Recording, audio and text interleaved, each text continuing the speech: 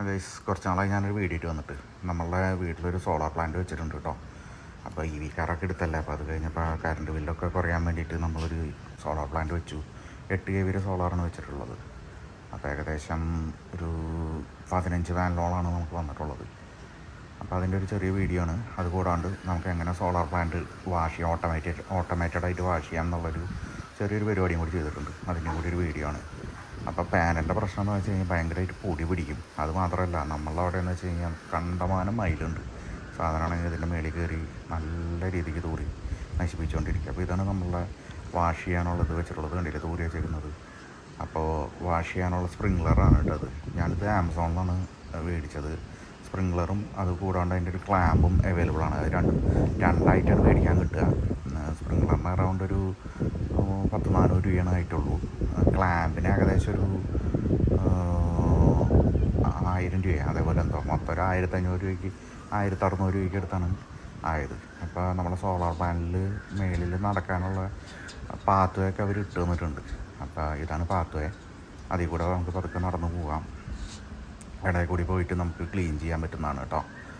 അപ്പോൾ ഇങ്ങനെയാണ് നമ്മളെ പ്ലാന്റ് വരുന്നത്. ആ അറ്റം തൊട്ട് നമ്മൾ സ്പ്രിംഗ്ലർ ഇങ്ങനെ വെച്ചിട്ടുണ്ട്.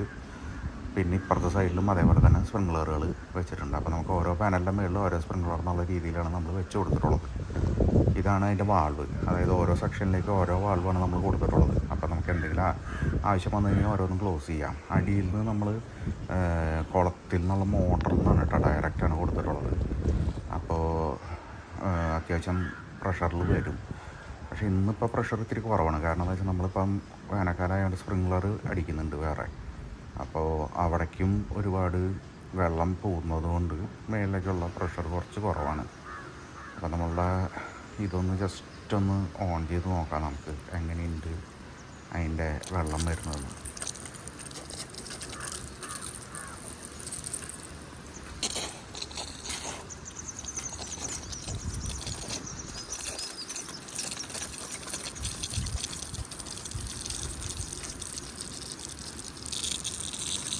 അപ്പോൾ ഇങ്ങനെയാണ് വെള്ളം വരിക കേട്ടോ. അപ്പോൾ ഇതിനേക്കാളും ഫോഴ്സ് കൂടുതലുണ്ടാവും. നമ്മളിപ്പോൾ വേറെ സ്പ്രിംഗ്ലർ അടിക്കുന്ന കാരണമാണ് ഇത്രയും ഫോഴ്സ് കുറവ്. ഇതിനേക്കാൾ നല്ല രീതിക്ക് ഫോഴ്സിലാണ് വരിക. നമുക്കൊരു മോപ്പ് ഉണ്ടെന്നുണ്ടെങ്കിൽ മോപ്പ് വെച്ചിട്ട് അസലായിട്ട് തൂത്ത് ക്ലീൻ ചെയ്യാൻ പറ്റും. അപ്പോൾ അത്യാവശ്യം ഓട്ടോമേറ്റഡായിട്ട് നമുക്ക് ചെയ്യാൻ പറ്റും. മേളിൽ കയറേണ്ട ആവശ്യമില്ല. നമുക്ക് അടിയിൽ നിന്ന് തന്നെ വേണമെന്നുണ്ടെങ്കിൽ ഓൺ ചെയ്യാം. ഇപ്പോൾ ഈ പക്ഷികളുടെ കാട്ടുള്ളത് കാരണമാണ് മേളിൽ കയറി ക്ലീൻ ചെയ്യേണ്ടി വരുന്നത്. അല്ലെങ്കിൽ അതിൻ്റെയും കൂടി ആവശ്യമില്ല. അപ്പോൾ സോളാർ പ്ലാന്റ് വെച്ചതിന് ശേഷം നമുക്ക് അത്യാവശ്യം നല്ല രീതിക്ക് കറണ്ട് ബില്ലൊക്കെ കുറഞ്ഞിട്ടുണ്ട്, പ്രത്യേകിച്ച് EV ഒക്കെ യൂസ് ചെയ്യുമ്പോൾ.